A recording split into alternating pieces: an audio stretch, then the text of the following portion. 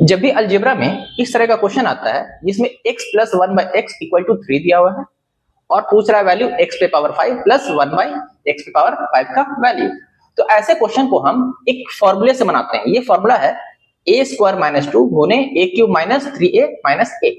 अब बात आता है कि इस फॉर्मूले में a का जगह कौन लेगा, तो a का जगह वही लेगा जो x प्लस 1/x का वैल्यू दिया हुआ है, यानी कि ये जो 3 है वही a का जगह लेगा। हम क्या करेंगे, 3 को इस फॉर्मूले में पुट करेंगे और हमको x पे पावर 5 प्लस 1/x पावर 5 का वैल्यू मिल जाएगा।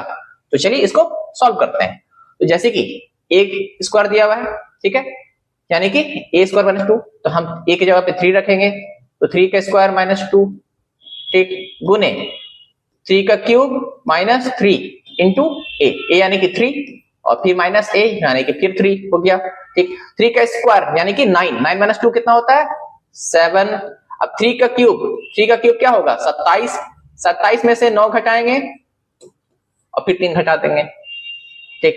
अच्छा, 27 माइनस 9 18, फिर 18 माइनस 3। अब 7 और 18 का गुना कितना होता है, तो 126 होता है। 126 में से हम क्या करेंगे 3 को हटाएंगे, तो आंसर में वो क्या मिल जाएगा 123, यानी कि ऑप्शन सी।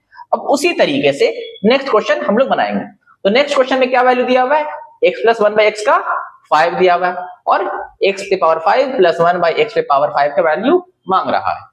तो हम फिर ये फॉर्मूला में एक x ये जो 5 जो दिया हुआ है उसको हम रख देंगे, तो 5 का स्क्वायर माइनस 2 गुने 5 का क्यूब माइनस 3 गुने 5 माइनस 5।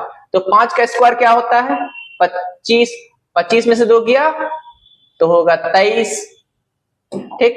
अच्छा, 5 का क्यूब क्या होगा, 5 का क्यूब होगा 125 और 5 दिया 15 माइनस 5, ठीक। तो ये हो गया 23 और ये 125 में से 15 गया यानी कि 110। अच्छा, अब 23 को 110 से जब गुना कीजिएगा तो क्या आएगा 2 5 3 0। अब इसमें बस 5 घटा देंगे और हमको आंसर मिल जाएगा, क्या मिलेगा 2525, यानी कि 25 25, यानी कि ऑप्शन क्या हो गया, ऑप्शन हो गया बी। अब उसी तरीके से आप हमको बताइए कि इसका आंसर क्या होगा।